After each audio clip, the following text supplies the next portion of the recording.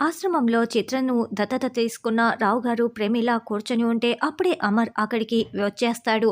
ఏవండి, నేను చెప్పాను కదా అమరేంద్ర గారు, ఈయనేనండి అమర్ గారు, చిత్రం దత్తత తీసుకున్న రావు గారు ప్రమీల అని వార్డెన్ పరిచయం చేస్తుంది.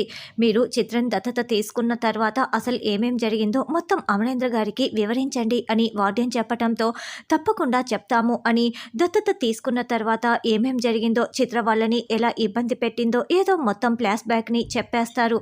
దాంతో అమర్ చాలా షాకింగ్గా వింటూ ఉంటాడు.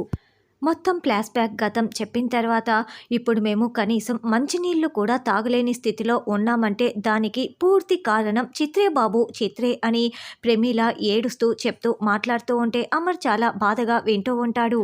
అలా చిత్ర నిజస్వరూపం తెలుసుకున్న వెంటనే అమర్ ఆశ్రమం బయటికి వచ్చి వినోద్ కోసం ఫోన్ కాల్ చేస్తూ ఉంటాడు.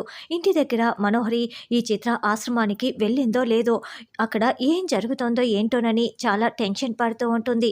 చిత్ర ఆటోలో బయలుదేరి ఆశ్రమం దగ్గరికి వస్తూ ఉంటుంది.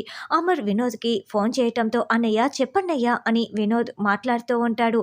అమర్ ఏదో చెప్తూ ఉండటంతో వినోద్ చాలా షాకింగ్గా వింటూ ఉంటాడు. ఇంకా చిత్రేమో దారిలో ఆటోలో ఉన్నట్లే చూపిస్తూ ఉంటారు.